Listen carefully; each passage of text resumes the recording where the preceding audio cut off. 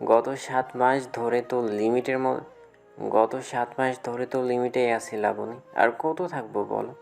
আর কতটুকু ভালোবাসলে তুমি আমার ভালোবাসা স্বীকার করবে? আমার মধ্যে কিসের এত কমতি আজ তোমাকে বলতে? আদিবের কণ্ঠে ফুটে ওঠে প্রেমিক হৃদয়ের ব্যাকুলতা। বাইক চলছে ধীর গতিতে, কুষাণরা অনেকটা এগিয়ে। লাগামহীন কথায় লজ্জায় পড়ে যায় লাবণী, শুষ্ক ঠোঁট জোড়া জিহ্বা দিয়ে ভিজিয়ে নেয়। সে কি করে বলবে সে একবার ধোঁকা খেয়েছে, ঠকেছে, নিশ্চুপ চোখের পানি ফেলে। গত 7টা মাস ধরে আদিবের গতিবিধি সম্পর্কে সে ভালোই অবগত। সত্যি যে ভালোবাসে লাবণী তা উপলব্ধি করতে পেরেছে। সেও তো ভালোবাসতে চায়, কিন্তু আবারও যদি প্রেমিক পুরুষের বউ না হতে পারে, তাহলে হয়তো এইবার আর বাঁচবে না। তার ভাবনায় ছেদ পড়ল আদিবের বলা কথায়। আমি বেঁচে থাকতে অন্য আরেক ছেলে তোমাকে চিঠি দিচ্ছে, প্রেম নিবেদন করছে, এসব আমি সহ্য করব? সিরিয়াসলি? এবার কিন্তু ধৈর্যের বাঁধ ভেঙে যাচ্ছে লাবণী। এই অদিক মির্জায় কী কী করতে পারে তোমার ধারণাটুকুও নেই। নিচের ঠোঁট কামড়ে নিজেকে শান্ত করে লাবণী। অনেক কথা বলার আছে, কিন্তু সব কথা যে বলা সবার সাথে বলা যায় না। প্রচন্ড সংশয় হয়, সাহসে কুলিয়ে উঠতে পারে না। তারপরও ভীতু মেয়েটা আজ মনে সাহস জুগিয়ে নিরুত্তাপ স্বরে বলে ওঠে। আপনাকে কিভাবে বলবো কথাটা আমি ঠিক বুঝতে পারছি না। কিভাবে বললে আপনি বুঝতে পারবেন সেটুকু ধারণাও নেই। প্রেম জিনিসটাকে আমি বড্ড ঘৃণা করি। জানি এসব হয়তো জানতে চাইবেন কেন। আমি পুরোটাই আপনাকে বলবো আজ। হয়তো চমকাবেন, খারাপ ভাববেন, তবে আপনার জানা জরুরি। নয়তো গত 7 মাসের মতো আরও কিছুটা সময় আপনার জীবন থেকে বৃথা নষ্ট হবে। এতটুকু বলে বুক প্রলম্বিত শ্বাসটা ত্যাগ করলো। আদিব নিঃশব্দে শুনছে, প্রত্যুত্তর করছে না। লাবণী কি বলতে পারে এটা ভাবতেই তার হৃৎপিণ্ড ধরফরিয়ে বেড়াচ্ছে। কলেজের প্রায় কাছাকাছি চলে এসেছে বলে আদিব অন্য একটা রাস্তায় ঢুকে পড়ে বাইক থামায়। গভীর মায়া ভরা চাহনি তার চোখের ভাষায়, কত ব্যাকুলতা, কত স্বপ্ন। গত 7 মাসে অসংখ্য স্মৃতি ভেসে ওঠে মস্তিষ্কে। তার ধ্যানচ্যুত করে মিহি কণ্ঠের অধিকারী লাবণী বলতে শুরু করে। আমার 1 বছরের রিলেশন ছিল আমার কাজিনের সাথে। আমার প্রথম প্রেম আর প্রথম মোহ। আমি তাকে নিঃস্বার্থভাবে বাসলেও সে আমাকে ভালোবাসেনি। আমি তার কাছে টাইম পাসের একটা কারণ ছিলাম মাত্র। সে আমার দেহ চেয়েছিল, কিন্তু আমি রাজি হইনি বলে ব্রেকআপ করে দেয়। আমি অনেক চেষ্টা করেছি তার সঙ্গে যোগাযোগ করার জন্য, কিন্তু সে তার জেদে অনড়। আমার কান্না, আমার অসহায়ত্ব তার মন গলাতে পারেনি। দু একটা অজুহাত দেখিয়ে আমার উপর অপবাদ দিয়েছে। তারপর তাকে ঘৃণা করতে পারলাম না। আশা নিয়ে দিন পার করতে লাগলাম যে সে একদিন আমার ভালোবাসার টানে যোগাযোগ করবে, সব ঠিক হয়ে যাবে।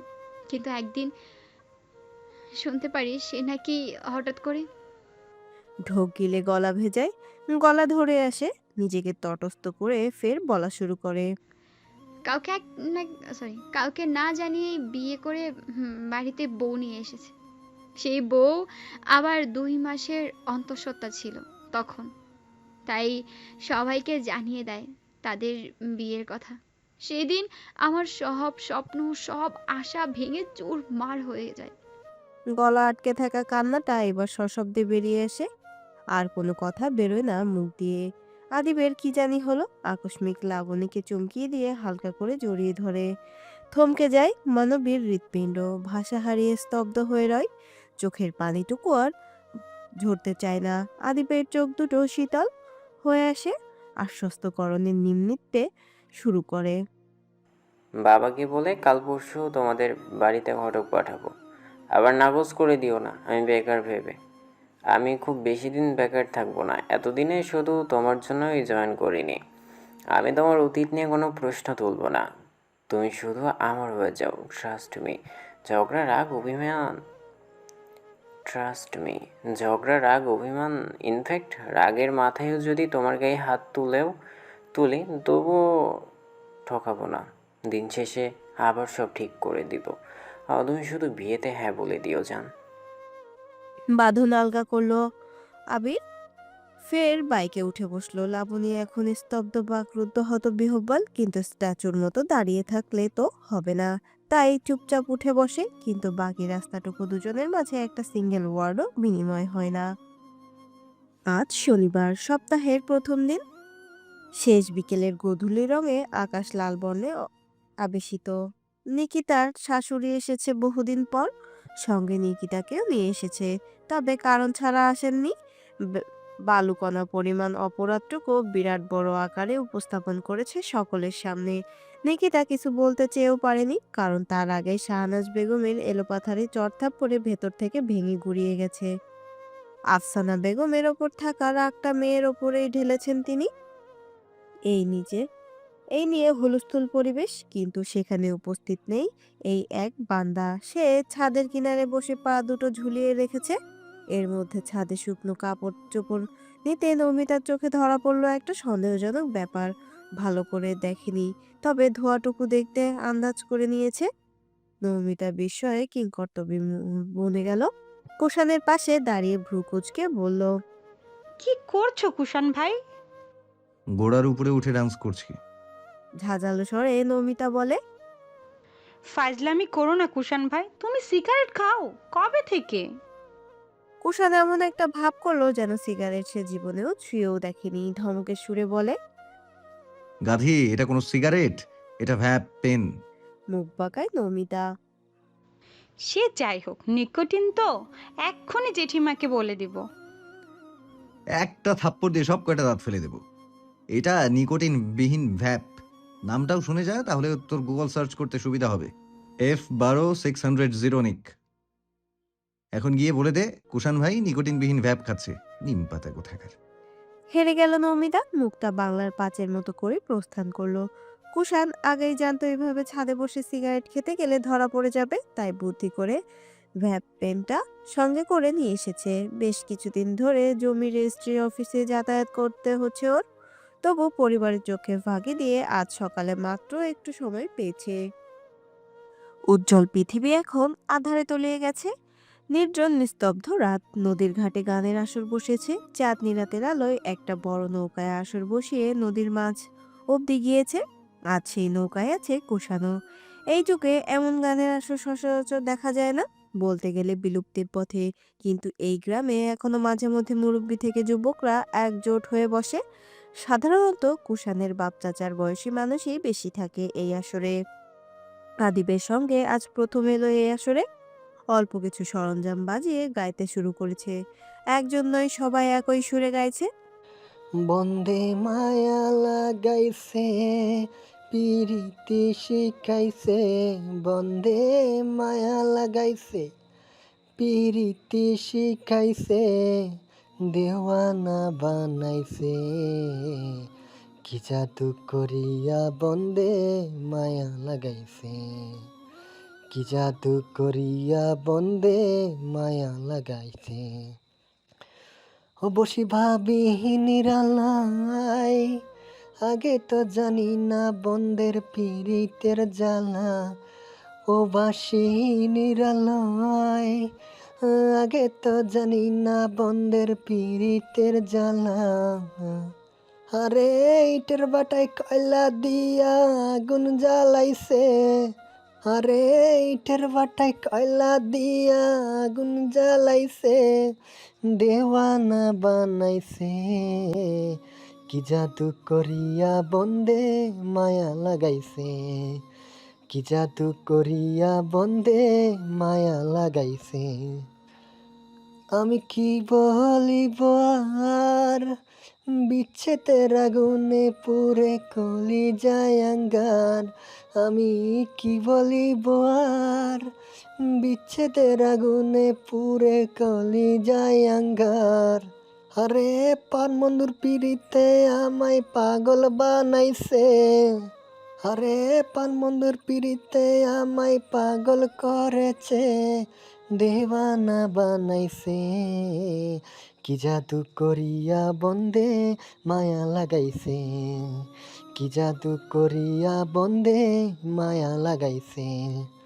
বাউল আব্দুল গরিম গায়, বলিতে পারি না আমার মনে যারে চায়, বাউল আব্দুল করিম গায়।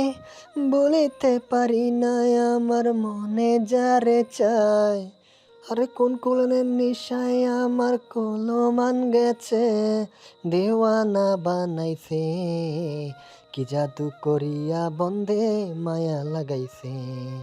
আরে কি জাদু করিয়া বন্দে মায়া লাগাইছে, বন্দে মায়া লাগাইছে, পিরিতি শিখাইছে, বন্দে মায়া লাগাইছে, পিরিতি শিখাইছে, দেওয়ানা বানাইছে, কি জাদু করিয়া বন্দে মায়া লাগাইছে, কি জাদু করিয়া বন্দে মায়া লাগাইছে। গান চলাকালীন মুহূর্তটুকু কুষাণ বোধ হয়েছিল স্মৃতির পাতায়। গানের প্রতিটা কথা যেন তাকে ইঙ্গিত করছে। ভেতর থেকে উপলব্ধি করতে পারছে তার পরিস্থিতির সাথে। বুক ভারী হয়ে আসে তার, চোখে জল জমে। এখানে আর থাকে না, উঠে বাড়ি চলে যায়। সবাই নিজ নিজ কক্ষে দৌড় ছিটকিনি লাগিয়ে তন্দ্রা দেশে পাড়ি জমানোর প্রস্তুতি নিচ্ছে। তো কেউ ভবিষ্যৎ নিয়ে চিন্তামগ্ন। বিছানার ডান পাশের জানালাটা হাট করে খুলে রাখায় পুকুর ঘাটের গাছপালা থেকে সাই সাই করে বাতাস ঢুকছে ঘরে। সেই শীতল বাতাসে সে বাধা পড়ছে জানালার সংলগ্ন চেয়ারে, শরীরের গিঁট ছেড়ে বসে থাকা মানবের শরীরের দিকে। এক বাহু চেয়ারের হাতলের ওপর, অন্য হাতে জ্বলন্ত নিকোটিন। দুই আঙুলের মাঝে থাকা উচ্ছিষ্ট সিগারেটের অংশটা বাহিরে ফেলে দেয়। ফের সিগারেটের প্যাকেট থেকে অন্য আরেকটা সিগারেট জ্বালিয়ে নির্লিপ্তভাবে ধোঁয়া উঠাতে ব্যস্ত হয় কুষাণ। ঠোঁট গোল করে বাহির থেকে আগত বাতাসের সাথে মিশিয়ে দিচ্ছে নিকোটিনের বিষাক্ত কালো ধোঁয়া। পুরুষালী ছোট ছোট চুলগুলো নড়ছে প্রলব বাতাসের বেগের হামলায়। সেই সময় কাছে পিঠে কোথাও ডিজিটাল সহচরে বেজে ওঠে ভাঁজ খাই রিংটোনটা। প্রচণ্ড অসন্তোষ দেখে কুষাণ আদলে ললাটে অসংখ্য বিরক্তির ভাঁজ ফেলে গালি দেয়, যেন তার বহু সময়ের সাধনায় কেউ পানি ঢেলে দিয়েছে। উঠে গিয়ে ফোনটা হাত তুলে নেয় কুষাণ। আবারও আগের মতোই চেয়ারে বসে একরাশ বিরক্তি ভাব নিয়ে ফোনটা কানে চাপতে ওপাশ থেকে জেরিন বলে ওঠে, হ্যালো কুশ, ফোন তুলতে এত সময় লাগে? কেমন আছিস? আমি যেমনই থাকি না কেন, that's none of your business. Tell me only why you called. I don't want to hear a single extra word. ফোনের ওপাশ থেকে বিমর্ষ গলায় শুধালো, দোস্ত, আমি বুঝতে পারছি তোর মনের অবস্থাটা। আর কেউ না বুঝলে আমি বুঝি, উপলব্ধি করতে পারি তোর পেনটা। কিন্তু তুই আমাকে কখনো বুঝিসনি। নৌমিতার বিয়ে ঠিক হয়েছে তো কি হয়েছে? আমি কি মরে গেছি? আমি তোর পাশে সবসময় ছিলাম, আছি এবং থাকবো। আমাকে বোঝার জন্য অসংখ্য ধন্যবাদ, কিন্তু আমি ওকে ছাড়া বাঁচবো না। তুই বুঝতে পারছিস আমার বিষয়টা? Just imagine my situation. আকুতি ভরা টলমলে কণ্ঠে জেরিন বলে, I can feel your pain and love you very much. আমার পুরো কথাটা জাস্ট একবার শোন কুশ, প্লিজ, একবার। কুষাণ আর জেরিনের মধ্যে বেশ কিছুদিন কথোপকথন চলে, কিন্তু আশ্চর্যের বিষয় এটাই যে জেরিনকে একবারও কড়া ভাষায় কথা শোনায় না। নরম কণ্ঠে বলা কথা জেরিনের সঙ্গে। কি এমন বলেছিল জেরিন? তার ভালোবার উম, বারবার মিনতি কি এতটাই দৃঢ় ছিল যে কুষাণের মন গলাতে সক্ষম, নাকি অন্য কিছু? কুষাণের ঘর পরিষ্কার করতে এসে অগণিত সিগারেটের উচ্ছিষ্ট ছড়িয়ে ছিটিয়ে থাকতে দেখে বেজায় চটে গেলেন মাহমুদা বেগম। ছেলের অপ্রত্যাশিত কর্মকাণ্ডে ক্ষিপ্ত হলেন। শার্টের হাতে গুটিয়ে ড্রেসিং টেবিলের সামনে ঘড়ি পড়ছে কুষাণ। মাহমুদা বেগম কোমরে হাত গুজে তেতে উঠলেন। কবে থেকে নেশা পানি ধরেছিস? কুষাণের মধ্যে তেমন কোনো ভাবান্তর দেখা গেল না। নির্লিপ্ত গলায় বলল, এখনো ধরিনি, জাস্ট সিগারেটটা ছুঁয়েছি। প্রচণ্ড রূপে বিস্ময় নিয়ে কুষাণ বলে চিল্লিয়ে উঠান মাহমুদা বেগম। শব্দের তীব্রতায় মৃদু নড়েচড়ে ওঠে কুষাণ। চাপা ক্ষোভ দিয়ে তাকায়। কপাল ছুঁই ছুঁই চুল হাত দিয়ে একপাশ করে। কেউ যেন শুনতে না পায় তার জন্য মাহমুদা বেগম কণ্ঠ খাদে নামিয়ে ধমকালেন, একটা থাপ্পড় মারবো বেয়াদব কোথাকার। তোর বাবা যদি জানতে পারে তুই সিগারেটে আসক্ত হয়ে পড়েছিস, তাহলে কিন্তু তোর খবর আছে। এত কষ্ট করে মানুষ করেছি, লেখাপড়া করিয়েছি, শেষে নেশাখোর হবি এটা দেখার জন্য? ছি কুষাণ, তোর কাছ থেকে অন্তত এটা আশা করিনি। আজ থেকে যেন আর কোনো দিন ধূমপান করতে না দেখি। কথাটুকু শুনিয়ে কাজে মনোযোগ দিলেন মাহমুদা বেগম। বিড়বিড় করে কি যেন বকেই চলেছে। সেদিকে কর্ণপাত করার প্রয়োজন বোধ করলো না কুষাণ। বাঁ হাতটা কালো প্যান্টের পকেটে ঢুকে ফোনটা বের করলো। দু চোখ ফোনের স্ক্রিনে রেখে রুক্ষ স্বরে শোনালো, মারো, কাটো, এমনকি ত্যায্য করে দাও, I don't care. Just give me what I need. দেখো, আমিও ধূমপান করতে চাই না, কিন্তু তোমরা আমার ভালোবাসাকে পান করতে দিচ্ছ না। তোমাদের কাছে এইবার আমি আমার জীবনের সবচেয়ে বড় আবদারটা রেখেছি, কারণ জিনিসটা বহু মূল্যবান, এমনকি আমার জীবনের থেকেও। এখন ডিসিশন তোমাদের, ছেলের জীবন বাঁচাবে নাকি ইগো নিয়ে পড়ে থাকবে। সেকেন্ড অপশন চুজ করতে চাইলে ভুলে যেও তোমাদের কোনো ছেলে ছিল। লাস্ট মোমেন্ট অবধি তোমার আর তোমার স্বামীর ওপর ভরসা করব। 4 দিন টাইম দিলাম।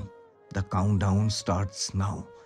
বাকিটুকু আর বলবো না, বুঝে নাও, নয়তো I'll even forget I had parents. কারো পরোয়া না করে হনহন করে বেরিয়ে যায় কুষাণ। ছেলের মাত্রাহীন পরিবর্তনে ভড়কে যায় মাহমুদা বেগম। দুশ্চিন্তারা আষ্টে পিষ্টে জাপটে ধরে ওনাকে।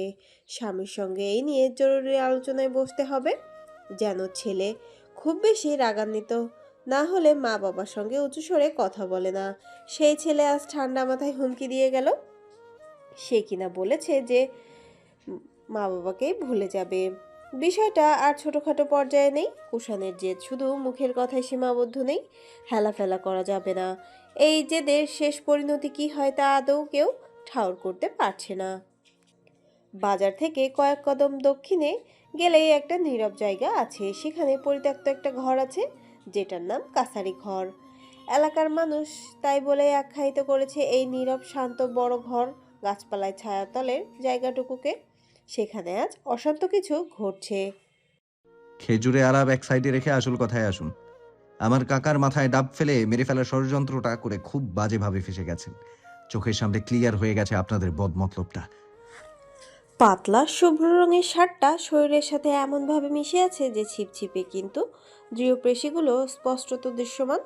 চওড়া কাঁধ দুটো টান টান করে পাহাড়ের মতো সুগঠিত বুকে শানের মতো ধারালো চোয়ালগুলো ভাঁজ করে আড়ে ফেলে চেয়ারে এক পায়ের ওপর আর এক পা তুলে বসে আছে কুষাণ।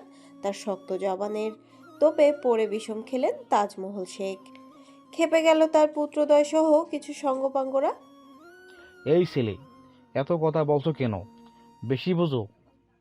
দুদিনের ছেলে হয়ে আমার সঙ্গে টিক্কা দিতে নামছো? তোমার কাকা আসে না এখানে?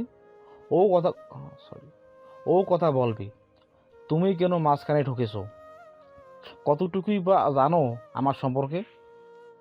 প্রথমত জেনে রাখো ভালো করে, সংখ্যাটা 24 বছর 5 মাস 16 দিন হবে, 2 দিন নয়। দ্বিতীয়ত, আপনার সম্পর্কে জানতে ইন্টারেস্টেড নই। তবে এতটুকু মনে আছে, আপনি আমার বাবা চাচাদের চাচাতো ভাই হন। ভবিষ্যতে কখনো যদি আগ্রহ জাগে, তখন না হয় একদিন রেস্টুরেন্টে খাবার খেতে খেতে সব জেনে নেব। এখন আপাতত মুদ্রা কথায় আসি। আমার কাকার জমি তিনি বিক্রি করতে চাইছেন। এটা নিয়ে আপনারা অহেতুক ঝামেলা করছেন কেন?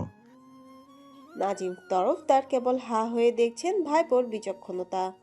যদিও সেই অবাক করা ভাবটা সকলের সামনে প্রকাশ করছেন না, তবে ভেতরে ভেতরে অবাকে সপ্তম আসমানে চলে গেছেন। সামনে বসে থাকা তাজমল শেখের উগ্র ছেলে তামিম তার উগ্র ভাষায় বলে ওঠে, কারণ আছে কুষাণ, এটা আমার দাদার জমি ছিল এবং সেই জমির দলিলও আমরা দেখাতে পারবো। তোর কাকা আর দলিল ভুয়া। আমার দাদা ওই জমি বিক্রি করেনি। এতদিন যাবৎ ভুয়া দলিল দেখিয়ে আমাদের জমি ভোগ দখল করে চলছে।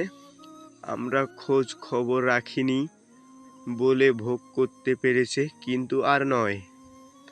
আমরা আমাদের জমি ফেরত চাই। সোজা পথে কাজ না হলে পথ বাঁকা করতে এই তামিম শেখ দুবার ভাববে না। অপরিচিত কারো কাছে তুই ডাক বড়ই তিক্ত লাগলো কানে। যতই সম্পর্ক থাকুক না কেন, ডাকটা তো ছিল রাগের স্বরূপ। কুষাণ মুখ খোলার আগেই নাজিম তরফদার সরব হলেন। মুখ বেঁকিয়ে বিদ্রুপ করে হাসে তাজমল শেখ ও তার সাঙ্গপাঙ্গরা। ভেতরে ভেতরে ভয়ে দুশ্চিন্তায় জর্জরিত নাজিম তরফদার। সামনেই নৌমিতার বিয়ে। এই সময় গন্ডগোল বাঁধলে মহাবিপদ। অর্থ সম্পদের লোভ সবচেয়ে বড় লোভ। এই যুগে নিজের বাপকেও জমির জন্য মামলার আসামি করতে দুবার ভাবে না। প্রতিদিন অহরহ আপন ভাই হয়ে ভাইকে জুলুম নির্যাতন করে চলেছে সম্পদের জন্য, যেখানে এই সম্পর্কটা কত দূরের। টাকা দিছিলেন তার কোনো প্রমাণ আছে? আব্বা, তুমি দেখছিলা? পরিষ্কারভাবে নাকচ করেন তাজমল শেখ। না, আমি কোনো টাকা পয়সা দিতে দেখি নাই। দেখবো কেমনে? আব্বা তো জমিই বেচে নাই। কুষাণ এবার পায়ের ওপর থেকে পাটা নামালো, বুকের বাঁধন ঢিলে করে বেশ অনেকটা ঝুঁকে বসলো, মাথা ঠান্ডা রাখার চেষ্টা করছে। ঠোঁটে তার পাকা হাসি দোল খাচ্ছে। মেঘচন্দ্র স্বরে প্রত্যুত্তর করলো, ওকে ফাইন, মেনে নিলাম আপনাদের কথা। টাকার লোভে মানুষ মানুষকে জ্বালিয়ে দিতে পারে, খুন করতে পারে, এমনকি আপন বাপকেও পঙ্গু বানিয়ে দিতে পারে। সেখানে দু চারটি মিথ্যে কথা, এমন আর কি। ফসল ঘরে তোলা অবধি ওয়েট করুন, আর নাবালক শিশুদের মতো আড়াল থেকে কোপ মারাটাও স্টপ করুন। আমি নেমে পড়লে কিন্তু কোমরে গামছাটা শক্ত করেই বাঁধবো। বাই দ্য ওয়ে, এই ঝামেলার মেইন কালপ্রিট, আই মিন আপনার আদমরা পঙ্গু বাপটা কোথায়? তাকে ছাড়া এই বিচার সভাটা ঠিক জমছে না। তাজমল শেখ তেতে উঠলেন। সাবধানে কথা বল। বহুকান ধরে তোর লেকচার শুনতে শুনতে কানের পোকাগুলো মরে যাচ্ছে। ফসল ঘরে তোলা অবধি কেন, আর একদিনও সময় দেব না। আমাদের লগে লাগতে আসিস না। আমাদের লগে লাগতে আসিস না। সামনে তোর কাকাতো বোনের বিয়ে না, সেই বিয়ে কিন্তু দিতে পারবি না। আর রইল ফসলের কথা, ফসল ঘরে কেন কাটতেই পারবি না। এর আগেই ফসলের মায়ের বাপ কইরা ছাইরা দেবো। অট্টহাসিতে ফেটে পড়ল চারপাশ। কুষাণ ঠোঁট জড়ো বাঁকা হাসি দোল খাচ্ছে। নাজিম তরফদারকে হাতের ইশারায় থামিয়ে দিল। এবার মুখ্যম চালটা প্রয়োগ করলো নিখুঁতভাবে। সারাদিন কুটকাচালি না করে মাঝে মাঝে আইন নিয়ে একটু গবেষণা করবেন। বাংলাদেশ দণ্ডবিধি 1860 অনুযায়ী ধারা 427, ধারা 435, ধারা 447 এবং ধারা 379 বা 380, এগুলো কাইন্ডলি গুগলে সার্চ করে জেনে নেবেন কি কি শাস্তি বিধান উল্লেখিত আছে। হাতে একদমই সময় নেই, অনেক কাজ পড়ে আছে। তাহলে এই কথাই রইল, আজ বরং আসি। নাজিম তরফদার ও কুষাণ উঠে দাঁড়ালো ব্যস্ত ভঙ্গিতে। ওদিকে তারা পরিস্থিতির গতিবেগ করার জন্য এক একজন এক এক রকম হুমকির বুলা শোনাচ্ছিলেন। বাচ্চা পোলাপানের হুমকি কানেও তুলল না কুষাণ। দরজার কাছে এসে আবারও উল্টে ঘুরে দাঁড়ালো। নাজিম তরফদার ভয় পাচ্ছেন ভীষণ। কুষাণের আবার ঘুরে দাঁড়াতে শুকনো ঢোক গিললেন। সবার ধারণাকে ভুল প্রমাণিত করে কুষাণ স্মিত হাসল, বলল, বিয়েতে দাওয়াত রাখবেন? কার্ড দিয়ে দাওয়াত দেওয়া হবে, তবে স্পেশালি আমার তরফ থেকে জানিয়ে গেলাম। আসবেন সবাই, দোয়া করবেন আমার বোনের জন্য। আসি। বলে হনহন করে দাপটের সঙ্গে বেরিয়ে গেল কুষাণ। নাজিম তরফদারও কুষাণের পথ ধরে চলে গেলেন। বাইকে চড়ে কিছু পথ পেরোতে কুষাণ বলল, কাকা, এদের আমার মোটেও সুবিধার মনে হচ্ছে না। যারা সম্পত্তির লোভে নিজের বাপকে পঙ্গু বানাতে পারে, তাদের আর যাই হোক ভরসা করা যায় না। নিজের প্রশংসা শুনলে কার না ভালো লাগে। সবারই ভালো লাগে একটু মিষ্টি করে হেসে সেটা প্রকাশ করে, কিন্তু কুষাণের বেলায় কিছুই হলো না। মুখাবয়ব একটু নরম হয়েছে, তাছাড়া আর কোনো পরিবর্তন হয়নি। চট করে যেন তার মাথায় নতুন বুদ্ধি খেলে গেল। সাফিনদের বাসা আমাদের বাসা থেকে কতটুকু দূরত্বে হবে? তাহলে বিয়ের আয়োজন আমাদের বাসাতেই হোক। সচকিত হলেন নাজিম তরফদার। এমন কিছু শুনবেন ভাবতে পারেননি। কুষাণ বলল, দেখো, আমাদের বাসা থেকে হলে দুটো প্রফিট পাবে। এক, এদের ভয়ে সারাক্ষণ দুশ্চিন্তায় থাকতে হবে না। দুই, পাত্রপক্ষের যাতায়াতের সুবিধাও হবে। এখন আমাদের বাসা কমপ্লিট, বাসায় ভাড়াটিয়া এখনো ওঠেনি, বিয়েটা দিতে সুবিধাই হবে। কুষাণের হঠাৎ করে নৌমিতার বিয়ে নিয়ে সিরিয়াস হয়ে গেছে। খুব করে যেন চাইছে নৌমিতার বিয়েটা তার পছন্দের মানুষের সাথেই হোক। ভাইয়ের ছেলের বিচক্ষণতা, সুকৌশলী বুদ্ধিমত্তা দেখে মুগ্ধ হলেন নাজিম তরফদার। আমাদের কোনো জমি আছে? কুষাণ কিছুক্ষণ থ মেরে থেকে আওড়ালো। জমি বিক্রি না করলেই হয় না কাকা? তপ্ত নিঃশ্বাস ফেলে বললেন। কুষাণ বাইকের স্পিড কমায়, শান্ত কণ্ঠে বলে, এখন জমি বিক্রির ঝামেলাটা স্থগিত রাখো। প্রয়োজনে বাবার কাছ থেকে টাকা ধার নাও, পরে না হয় দিয়ে দিও। আমি বাবার সঙ্গে আলাপ করে দেখছি। কাছারি ঘরের এখান থেকে ফিরে ব্যাগপত্র গোছাতে ব্যস্ত হয় কুষাণ। ফ্যান চলছে ফুল স্পিডে, পুরুষালী মুখশ্রী জুড়ে কঠিনতা। অমনি নৌমিতার আগমন। কুষাণ ভাই, এই নাও তোমার কফি। কুষাণ তাকায় না। সে তার নিজের মতো শার্ট প্যান্ট ও প্রয়োজনীয় জিনিসপত্র গোছাতে ব্যস্ত। নৌমিতা প্রশ্নসিদ্ধ দৃষ্টি মেলে তাকায়, ভ্রুজোড়া কুঞ্চিত করে শুধায়, কি হলো, কথা বলছো না কেন? এই নাও তোমার কফি, ঠান্ডা হয়ে যাচ্ছে তো। পরে আমায় ধমক দিয়ে বলবে ঠান্ডা কফি আনছিস কেন, কফিটাও ঠিকঠাক বানাতে পারিস না, অকর্মা, ব্লা ব্লা ব্লা। তবুও সাড়া ফেলল না কুষাণ। টেবিল থেকে দুটো বই আর একটা ডায়েরি ব্যাগে ঢুকাচ্ছে, যেন এই মুহূর্তে পৃথিবীর সবচেয়ে গুরুত্বপূর্ণ কাজটি হলো ব্যাগ গোছানো। নমিতার ভালো লাগলো না কুষাণের চুপচাপ রূপটা। দুই ঠোঁটে যেন সুপার গ্লু মেখেছে, মুখটা নিষ্পিস করছে ঝগড়া বাঁধানোর জন্য। ব্যঙ্গ সুলভ বলল, ভাব দেখলে বাঁচি না, এতক্ষণ ধরে এত কথা বললাম অথচ মানুষের কানেও নিল না। বলি, কানে কি আক্কাস ডাক্তারে তুলা ভরে রেখেছো, নাকি এতদিন পরে বাড়িতে এসেছো বলে গার্লফ্রেন্ড রাগ করেছে, বেচারির মনে হয় দেখা করতে না পারে দুঃখে দেবদাস হয়ে বনে জঙ্গলে ঘুরে বেড়াচ্ছে। একা একাই হাসলো সে। কুষাণ কোনো প্রতিক্রিয়া দেখালো না। নমিতা না না কচু করে বিরক্ত চোখে তাকায়, এবার সিরিয়াস ভঙ্গিতে বলে ওঠে, আজ কফিতে চিনি বেশি দিয়েছি, খেয়ে দেখো। আচ্ছা, তুমি যাচ্ছ কোথায় বলো তো? আমার বিয়ে তো আর বেশি দিন বাকি নেই, কাল থেকে শপিং, বাজার, গয়নাগাটি, দাওয়াত দেওয়া, বাড়িঘর সাজানো সমস্ত কাজ শুরু হবে। আর তুমি কি না আজই চলে যাচ্ছ? এত সব করবে কে? আমি তোমাকে কোথাও যেতে দিব না। পুরুষ্ট হাত দুটো থেমে যায়। কনুয়ের কাছের রগগুলো স্ফীত হয়ে উঠেছে। ধৈর্যচ্যুত হয় কুষাণের। কোনো পূর্বাভাস ছাড়াই আকস্মাৎ ঝড়ের গতিতে একটা অঘটন ঘটিয়ে ফেলে। ব্যথায় আহ বলে মৃদু শব্দ করে নমিতা। আচমকা ধাক্কায় টাল সামলাতে না পেরে দেওয়ালে বাড়ি খায়। কুষাণ দুই হাত দেওয়ালে চেপে ধরেছে। কুষাণের উষ্ণ শ্বাস টের পাচ্ছে নমিতা। ক্ষুণ্ণ হয় দূরত্ব। তোকে কফি আনতে বলেছি? কেঁপে ওঠে পেলবকায়া। হৃদস্পন্দন দ্রুত স্পন্দিত হচ্ছে। নমিতা ভয়ে ভয়ে বলল, কাইফা তখন কফি বানাতে বলেছিল, তাই আমি।